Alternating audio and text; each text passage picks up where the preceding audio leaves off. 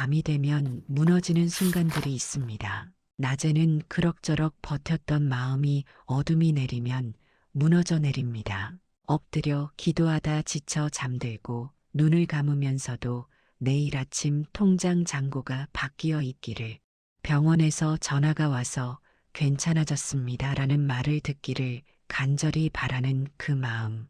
어떻게든 오늘 하루를 넘긴 내가 대견하면서도 초라한 그런 밤을 보내본 적이 있으실 것입니다. 성경은 범사에 감사하라고 말씀하십니다. 하지만 솔직히 고백하자면 감사할 수 없는 상황들이 있습니다. 아이가 아프고 남편이 쓰러지고 통장은 비어가고 내일이 두려운 그 순간에 어떻게 감사할 수 있을까요? 입술로는 감사합니다. 말할 수 있을지 몰라도 마음 깊은 곳에서는 원망과 두려움이 소용돌이칩니다. 하나님, 이건 너무합니다. 이건 아니잖아요. 이런 외침이 터져 나옵니다. 3명의 남자를 병원에 동시에 데리고 다녀야 했던 한 엄마가 있었습니다. 장애를 가진 큰아들, 난독증으로 고생하는 둘째 아들, 그리고 협심증으로 언제 쓰러질지 모르는 남편. 하루에 3곳의 병원을 오가며 살았던 그 엄마는 밤마다 기도실로 기어들어갔습니다. 정말 기어들어갔습니다. 걸어 들어갈 힘조차 없었기 때문입니다. 그 엄마에게 하나님은 계속해서 같은 말씀을 주셨습니다. 항상 기뻐하라, 쉬지 말고 기도하라, 범사에 감사하라. 데살로니가전서 5장 16절에서 18절의 말씀입니다. 하지만 그 엄마는 울면서 말했습니다. 하나님, 제가 이 상황에서 기뻐하면 미친 사람이에요. 감사는 뭘 감사하라는 거예요? 여러분은 지금 어떤 상황에 계십니까? 도저히 감사할 수 없는 그 자리에서 하나님께 원망과 절규를 쏟아내고 계신 건 아닙니까? 오늘 이 시간 우리는 감사할 수 없는 상황에서 억지로라도 감사를 고백했을 때 일어나는 놀라운 변화에 대해 나누고자 합니다. 이것은 단순한 긍정의 힘이 아닙니다. 이것은 하나님께서 우리 삶 가운데 역사하시는 능력입니다. 하나님께서는 우리에게 분명한 명령을 주셨습니다. 데살로니가전서 5장 16절에서 18절 말씀입니다. 항상 기뻐하라, 쉬지 말고 기도하라, 범사에 감사하라. 이것이 그리스도 예수 안에서 너희를 향하신 하나님의 뜻이니라. 이 말씀 앞에서 우리는 멈춰섭니다. 항상 기뻐하라고요? 범사에 감사하라고요? 좋은 일이 있을 때만 기뻐하라는 것이 아니라 항상 기뻐하라고 하셨습니다. 감사할 만한 일이 있을 때만 감사하라는 것이 아니라 모든 일에 감사하라고 하셨습니다. 바울은 빌립보서 4장 4절에서도 이렇게 말씀하셨습니다. 주 안에서 항상 기뻐하라. 내가 다시 말하노니 기뻐하라. 한 번도 아니고 2번이나 반복해서 기뻐하라고 명령하셨습니다. 그리고 빌립보서 4장 6절에서 7절에서는 이렇게 말씀하셨습니다. 아무것도 염려하지 말고 다만 모든 일에 기도와 간구로 너희 구할 것을 감사함으로 하나님께 아뢰라. 그리하면 모든 지각에 뛰어난 하나님의 평강이 그리스도 예수 안에서 너희 마음과 생각을 지키시리라. 여기서 주목해야 할 단어가 있습니다. 감사함으로 하나님께 아뢰라는 것입니다. 우리가 기도할 때, 간구할 때, 구할 것을 아랠 때조차 감사함으로 나아가라고 하셨습니다. 그리고 그 결과는 무엇입니까? 모든 지각에 뛰어난 하나님의 평강이 우리 마음과 생각을 지키신다는 것입니다. 시편 50편 23절에서는 이렇게 말씀하십니다. 감사로 제사를 드리는 자가 나를 영화롭게 하나니 그의 행위를 옳게 하는 자에게 내가 하나님의 구원을 보이리라. 감사가 제사라고 하셨습니다. 구약시대의 제사는 피를 흘리는 것이었습니다. 감사도 그와 같다는 것입니다. 때로는 피를 흘리는 것처럼 아픈 마음으로 억지로라도 드려야 하는 것이 감사라는 뜻입니다. 히브리서 13장 15절에서도 이렇게 말씀하십니다. 그러므로 우리는 예수로 말미암아 항상 찬송의 제사를 하나님께 드리자. 이는 그 이름을 증언하는 입술의 열매니라. 찬송과 감사가 제사라는 것입니다. 제사는 무엇을 드리는 것입니까? 내가 가진 가장 귀한 것, 가장 아까운 것을 드리는 것입니다. 감사할 수 없는 상황에서 드리는 감사야말로 진정한 제사입니다. 이 말씀들 속에 오늘의 해답이 담겨 있습니다. 감사는 선택이 아니라 명령입니다. 상황에 따라 할 수도 있고 안 할 수도 있는 것이 아니라 모든 상황 가운데서 반드시 해야 하는 하나님의 뜻입니다. 감사가 왜 이토록 중요할까요? 단순히 긍정적인 마음가짐을 갖기 위해서일까요? 아닙니다. 감사는 영적 전쟁의 무기입니다. 감사는 우리 마음의 문을 여는 열쇠입니다. 먼저 이해해야 할 것은 감사는 감정이 아니라 결단이라는 사실입니다. 많은 사람들이 감사를 감정으로 오해합니다. 기분이 좋을 때, 마음이 편안할 때, 상황이 좋을 때 자연스럽게 올라오는 그 무엇으로 생각합니다. 하지만 성경이 말하는 감사는 그런 것이 아닙니다. 성경이 말하는 감사는 상황과 상관없이 내가 의지로 선택하는 것입니다. 항상 기뻐하라는 명령을 보십시오. 항상이라는 단어는 예외가 없다는 뜻입니다. 좋을 때만이 아니라 나쁠 때도, 웃을 때만이 아니라 울 때도, 받을 때만이 아니라 잃을 때도 기뻐하라는 것입니다. 이것이 어떻게 가능할까요? 감정으로는 불가능합니다. 오직 의지로만 가능합니다. 여기서 우리가 깨달아야 할 중요한 진리가 있습니다. 감사는 상황을 바라보는 것이 아니라 하나님을 바라보는 것입니다. 상황을 보면 절망스럽습니다. 아이가 아프고 경제가 어렵고 관계가 깨지고 미래가 불확실합니다. 상황만 보면 감사할 이유가 없습니다. 하지만 하나님을 보면 달라집니다. 하나님은 변하지 않으시고 하나님의 사랑은 식지 않으며 하나님의 계획은 선하고 하나님의 능력은 무한합니다. 감사는 치유의 열쇠입니다. 우리 마음이 상처받고 병들어 있을 때 우리를 치유하시는 것은 감사입니다. 감사하는 순간 우리 마음을 짓누르던 무거운 돌덩이가 떨어져 나갑니다. 원망과 불평으로 가득 차 있던 마음에 빛이 들어옵니다. 어둡고 무거웠던 공기가 밝고 가벼워집니다. 이것은 단순한 심리적 효과가 아닙니다. 이것은 영적 실제입니다. 감사하는 순간 하나님의 임재가 우리 가운데 임합니다. 시편 22편 3절에서 말씀하시기를 하나님은 이스라엘의 찬송 중에 거하신다고 하셨습니다. 찬송과 감사가 있는 곳에 하나님께서 계십니다. 하나님이 계신 곳에는 치유가 있고 회복이 있고 평강이 있고 소망이 있습니다. 또한 감사는 믿음의 표현입니다. 아직 보이지 않는 것을 믿는 것이 믿음입니다. 히브리서 11장 1절에서 말씀하시기를 믿음은 바라는 것들의 실상이요 보이지 않는 것들의 증거니라고 하셨습니다.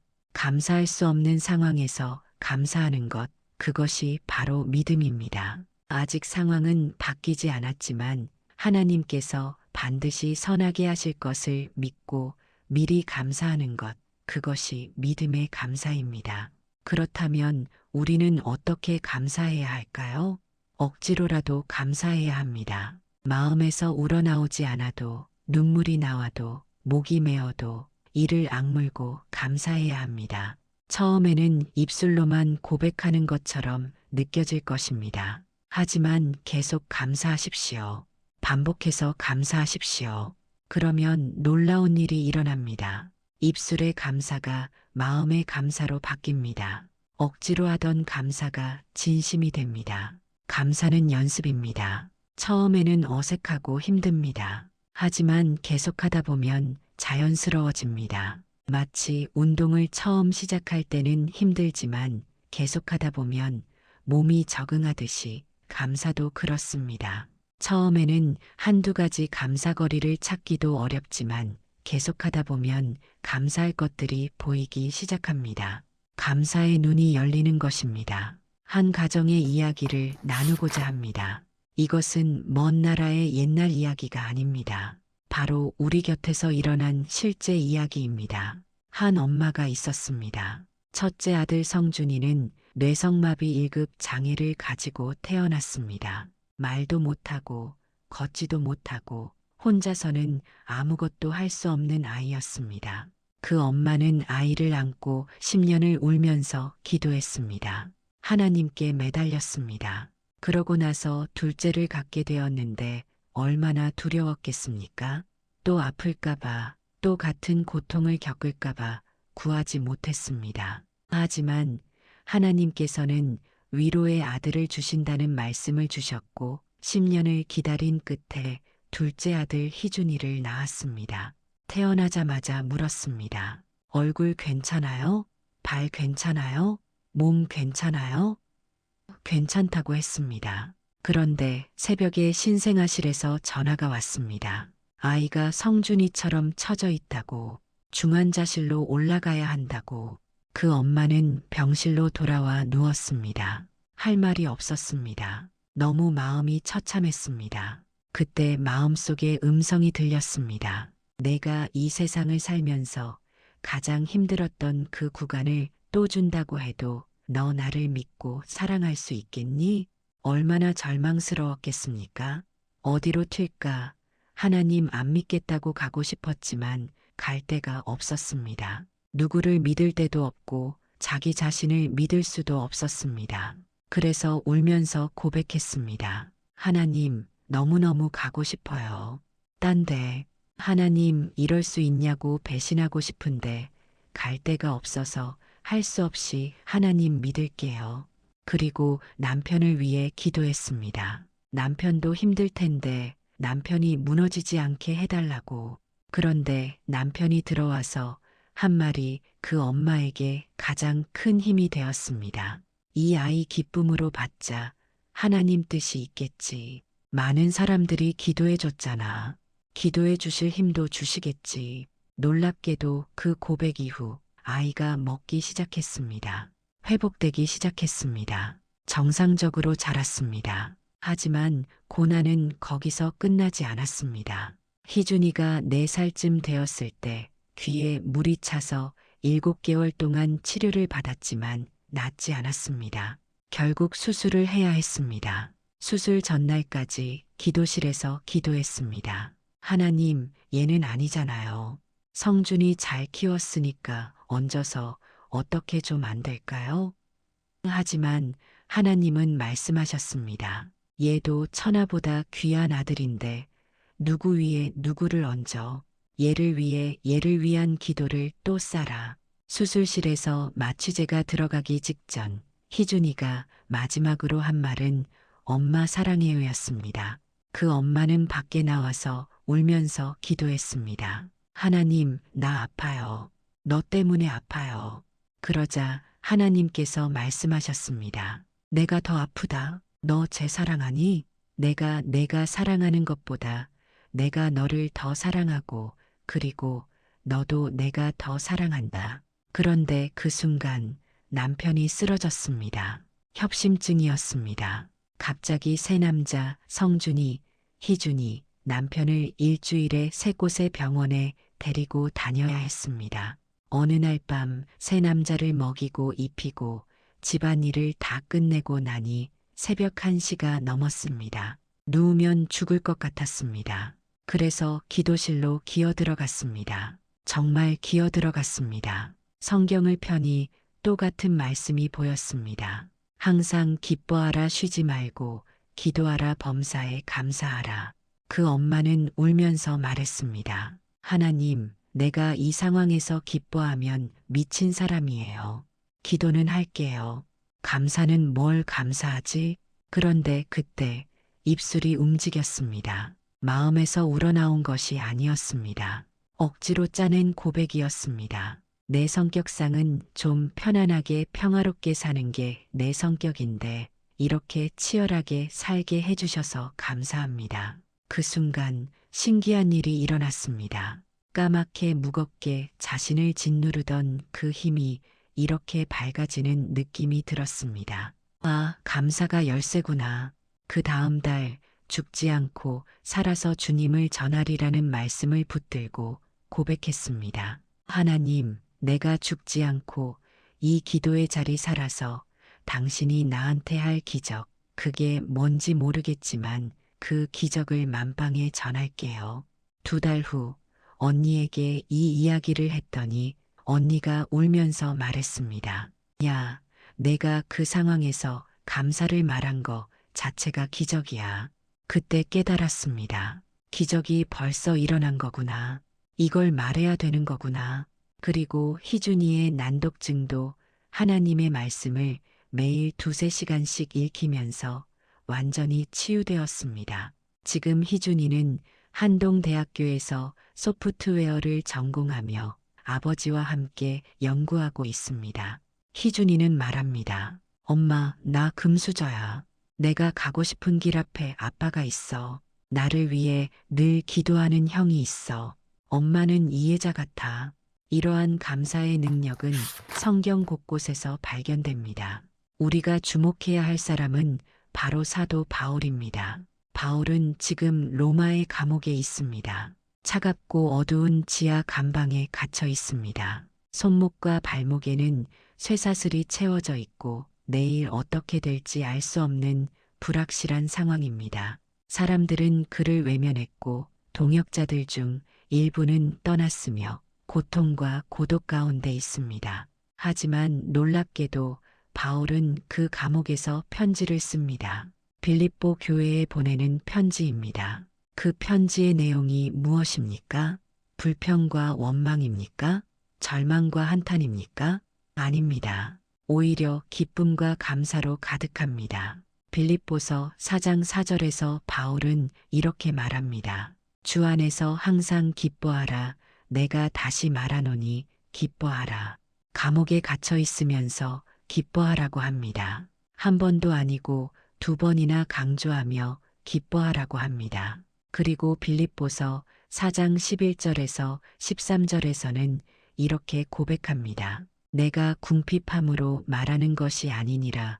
어떠한 형편에든지 나는 자족하기를 배웠노니 나는 비천에 처할 줄도 알고 풍부에 처할 줄도 알아. 모든 일 곧 배부름과 배고픔과 풍부와 궁핍에도 처할 줄 아는 일체의 비결을 배웠노라. 내게 능력 주시는 자 안에서 내가 모든 것을 할 수 있느니라. 이것이 어떻게 가능했을까요? 바울에게 무슨 특별한 능력이 있었을까요? 아닙니다. 바울도 우리와 같은 사람입니다. 고린도후서 12장 7절에서 10절을 보면 바울에게도 육체의 가시가 있었습니다. 3번이나 죽게 빼달라고 간구했지만 응답받지 못했습니다.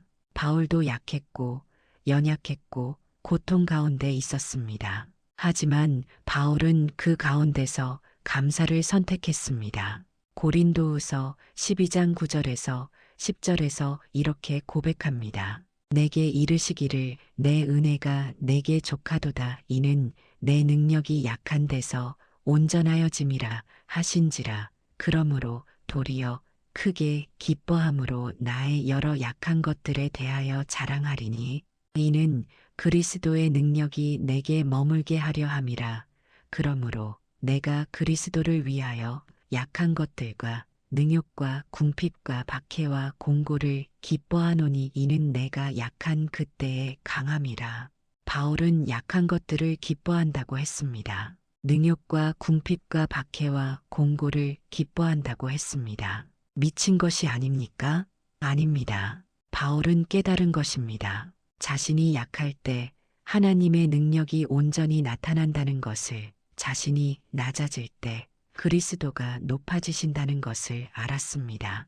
또 한 사람을 봅시다. 욥입니다. 욥은 하루아침에 모든 것을 잃었습니다. 10명의 자녀가 다 죽고 모든 재산을 잃고 건강마저 잃었습니다.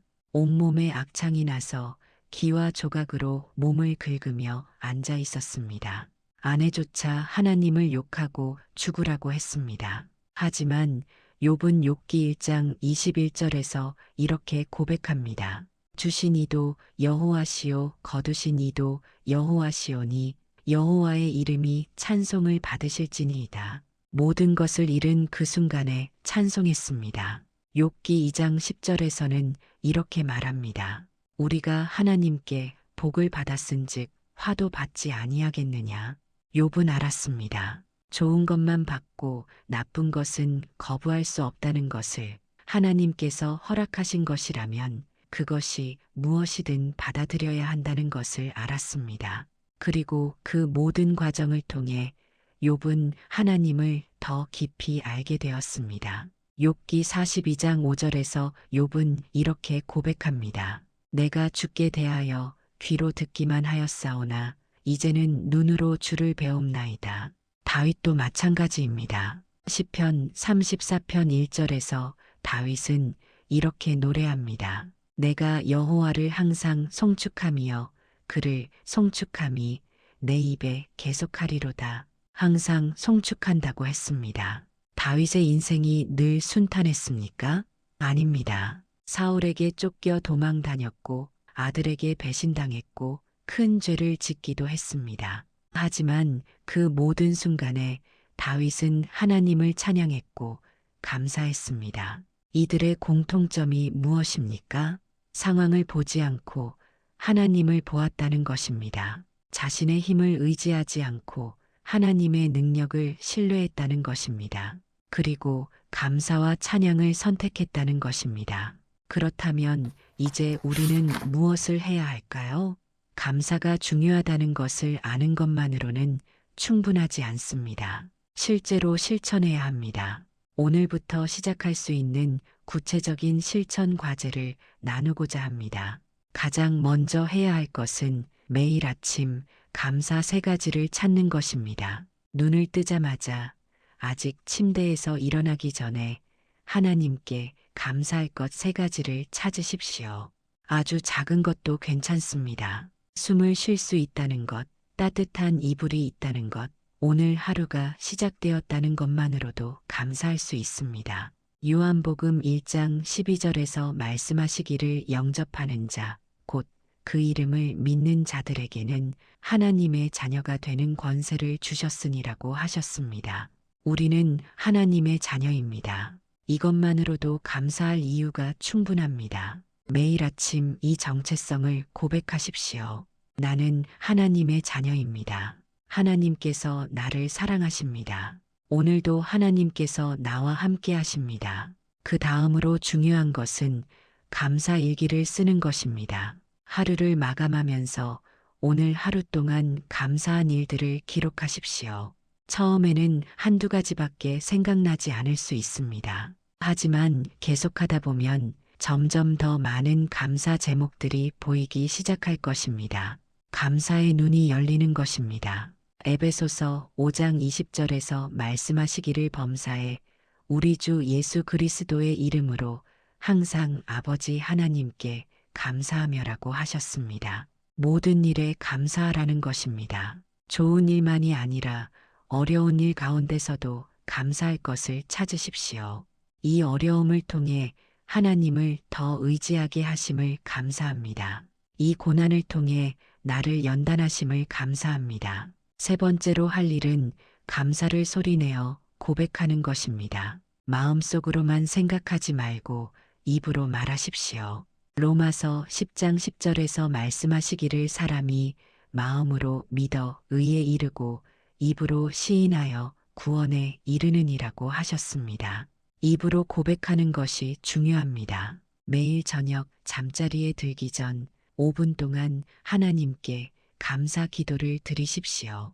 큰 소리로 하나님께 감사를 고백하십시오. 하나님, 오늘 하루도 저를 지켜주셔서 감사합니다.